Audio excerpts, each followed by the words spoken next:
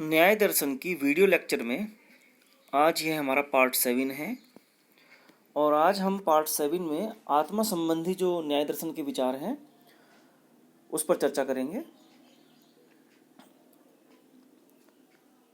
न्याय दर्शनवादी आत्मा को एक द्रव्य के रूप में मानते हैं। द्रव्य मतलब एक तत्व के रूप में मानते हैं। सुख दुख राग द्वेष इच्छा प्रयत्न और ज्ञान जो है वो आत्मा के गुण हैं। धर्म और अधर्म भी आत्मा के ही गुण हैं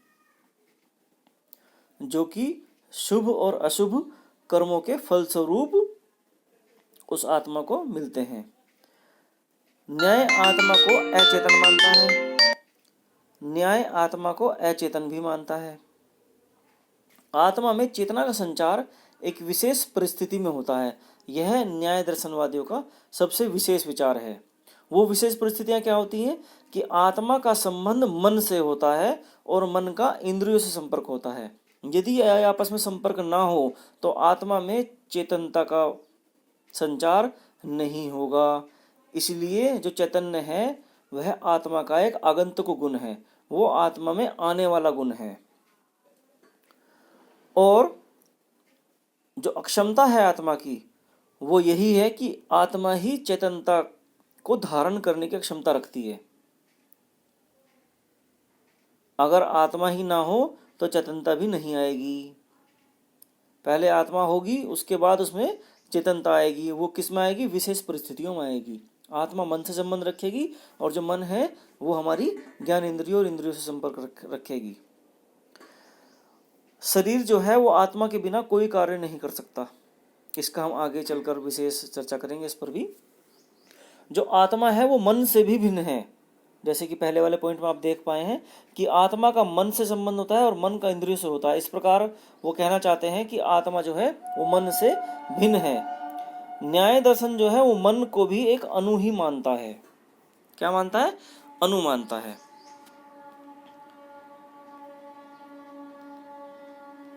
अब हम आत्मा की जो विशेषताएं हैं वो देखेंगे, वो क्या क्या है। न्याय दर्शनवादी कहते हैं कि आत्मा एक ज्ञाता और नित्य है। किसी चीज को जानना आत्मा का धर्म है। आत्मा ही भोगता है, आत्मा ही करता है। आत्मा जो है वो ज्ञान का विषय नहीं हो सकता है।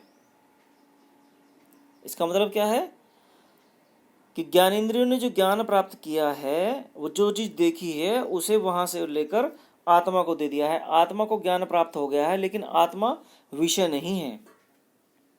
वह सुख और दुख का अनुभव भी करता है। आत्मा निरअवयव है, यानी कि वो किसी तरह का कोई अवयव नहीं है, कोई एलिमेंट नहीं है जिसका विनाश हो जाए, इसीलिए वह अविनाशी है। ईश्वर भी आत्मा को न तो पैदा कर सकते हैं और ना ही मार सकते हैं। यहाँ संशय ना उत्पन्न हो तो मैं इस पर थोड़ा सा प्रकाश डाल देता हूँ कि ईश्वर जो है आत्मा को मार नहीं सकते, लेकिन जो छोटी छोटी जीवात्माओं में ये आत्मा है इसको वहाँ से उठाकर अपनी परम आत्मा में विलीन कर सकते हैं और समय आने पर वहाँ से दोबारा से निकाल भी सकते हैं। तो इसलिए न्यायवादी क्या कहते हैं कि ईश्वर भी आत्मा को न पैदा कर सकते हैं और न मार सकते हैं। ऐसा गीता में भी कहा गया है। वो केवल मनुष्य के लिए ही नहीं है, वह ईश्वर के लिए भी है। न्यायवादी का मानना ये है। आत्मा नित्य है, ये सभी लोग जानते हैं और न्याय दर्शन भी इसका अनुयायी है, इसको मानता है। परंतु फिर भी कुछ अनित्य गुण भी आत्मा के अंदर होते हैं। वो कौन से हैं? इच्छा द्वेष प्रयत्न, ये इसके अनित्य गुण हैं।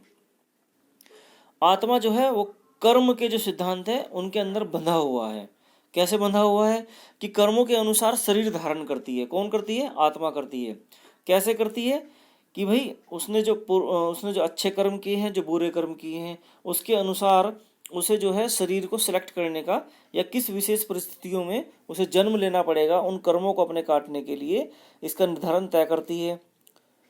और इसी के आधार पर पूर्व जन्म और पुनर्जन्म को स्वीकार करना पड़ता है। अब कहा जा सकता है कि सीधे सीधे जो न्याय दर्शन है वह पुनर्जन्म को भी स्वीकार करता है। न्याय दर्शन आत्मा को विभु मानता है। विभु का तात्पर्य होता है जो काल और दिशाओं से परे हो, इनके उसमें बंधा ना हो, जो समय चक्र में बंधा ना हो, वह विभु है, लेकिन फिर भी वह शरीर में अनुभव होती है। यही उसका एक गुण भी है, विशेष गुण है। न्याय दर्शनवादी आत्माओं की संख्या को अनंत मानते हैं। क्यों मानते हैं? कि जगत में जितने भी शरीर हैं उन सब में एक भिन्न आत्मा रहती है। आत्मा के साथ मन रहता है। आत्मा और मन दोनों जुड़े हुए से रहते हैं, यही बंधन कहलाता है। और जब यह मनस आत्मा से अलग हो जाता है तब उसे मोक्ष हो जाता है। मोक्ष किसे होता है? आत्मा को मोक्ष होता है, शरीर को नहीं होता। जीवात्मा को अनेकात्मवाद के सिद्धांत के अनुसार न्याय दर्शन सिद्ध करता है, उसके सिद्धांत को बनाता है और उसे अपनाता भी है। अब हम आत्मा के अस्तित्व के संबंध में जो उन्होंने कुछ प्रमाण दिए हैं, अभी तो हमने गुण और विशेषताओं के संबंध में बात की है, उन्होंने कुछ प्रमाण भी दिए हैं कि इसे कैसे माना जाए, इसका क्या अस्तित्व है। इसका अस्तित्व आप इस प्रकार से देख सकते हैं कि सुख की इच्छा से किसी वस्तु को प्राप्त करना और दुख को भगाने के लिए किसी वस्तु से द्वेष करना, यह आत्मा के अस्तित्व को दर्शाता है। कैसे दर्शाता है? कि आत्मा के अंदर कुछ ना कुछ स्मरण जरूर है, उसकी स्मृति में चीज है कि इस चीज से हमें सुख प्राप्त होता है और इस चीज से हमें दुख प्राप्त होता है। तो ये जो चीज, जिसको ये चीज ज्ञात है कि इससे दुख प्राप्त होता है और उस चीज को, इससे हमें सुख प्राप्त होता है, वो क्या है? वो आत्मा है।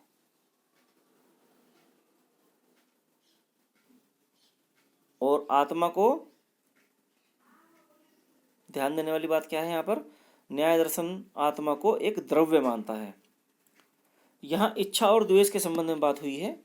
उसी चीज की इच्छा करता है जिससे सुख मिलता है और द्वेष उससे करता है जिससे दुख मिलता है।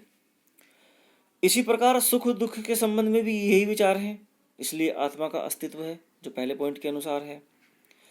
ज्ञान से भी आत्मा की सत्ता प्रमाणित होती है। क्यों होती है? कभी कभी किसी स्थिति में आपने संशय या भ्रम की स्थिति उत्पन्न हो जाती है, तब आप अनुमान करते हैं कि क्या सच है, या तर्क करते हैं, ये कोशिश करते हैं कि सच क्या है हमारे सामने आ जाए। और जब आप एक निश्चयात्मक ज्ञान प्राप्त कर लेते हैं तो वो ज्ञान किसे प्राप्त होता है? वो आत्मा को प्राप्त होता है। इसलिए वह भी आत्मा का एक प्रमाण है। आत्मा का आगंतुक गुण चैतन्यता है, शरीर का तो नहीं है। यदि शरीर का होता तो मृत्यु उपरांत भी शरीर जीवित बना रहता, परंतु ऐसा नहीं है। अतः यहाँ आत्मा का जो अस्तित्व है वो प्रमाणित होता है। चैतन्य को ज्ञानेंद्रियों का गुण नहीं कहा जा सकता, क्योंकि ज्ञानेंद्रियां तो सब भौतिक हैं। आत्मा ज्ञानेंद्रियों के माध्यम से ज्ञान प्राप्त करती हैं। ज्ञानेंद्रियां ज्ञान प्राप्त नहीं करती, वो तो केवल देखती हैं, महसूस करती हैं और आत्मा को मन के माध्यम से दे देती हैं। और ज्ञान किसे प्राप्त होता है? आत्मा को प्राप्त होता है। और आत्मा को पास जो चैतन्य का आगंतुक गुण है, ये उसके माध्यम से होता है। आपने इससे पूर्व में पढ़ पाए हैं कि आत्मा का संबंध मन से होता है, मन का इंद्रियों से होता है, और यही वो चैतन्यता का कारण भी है। चैतन्यता इसी से आती है। ये भी एक आत्मा का अस्तित्व का प्रमाण है।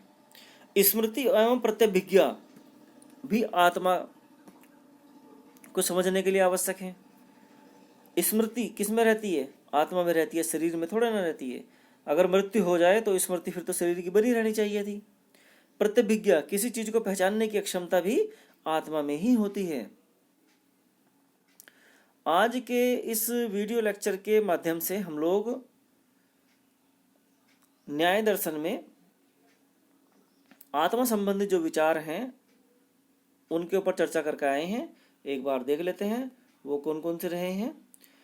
न्याय दर्शन ने आत्मा संबंधी जो विचार हैं उनके बारे में बहुत सारी बताई हैं, उसमें विशेष परिस्थितियां भी बताई हैं, शुभ अशुभ कर्मों का भी बताया है, चैतन्यता उसका आगंतुक गुण है ये भी बताया है, आत्मा की विशेषताएं बताई हैं। विशेषताएं बताने के बाद उन्होंने कुछ और जो स्पेशल विशेषताएं हैं उन्होंने बताया है। क्या बताया है? कि आत्मा जो है वो कर्म सिद्धांत के अधीन है। आत्मा जो है विभू है, फिर भी शरीर में वो अनुभव होती है।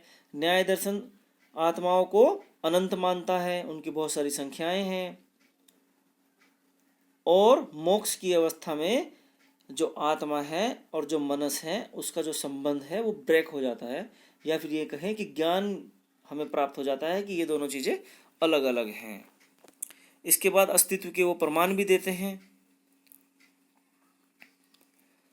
इस प्रकार से न्याय दर्शन का जो ये आत्मा संबंधी विचार है ये बहुत अपना विशेष स्थान रखता है। मैं समझता हूँ कि आत्मा संबंधी जो ये आज का वीडियो लेक्चर था न्याय दर्शन के अनुसार आप इसे अच्छे से समझ गए होंगे। आज के इस वीडियो लेक्चर को देखने के लिए बहुत बहुत धन्यवाद।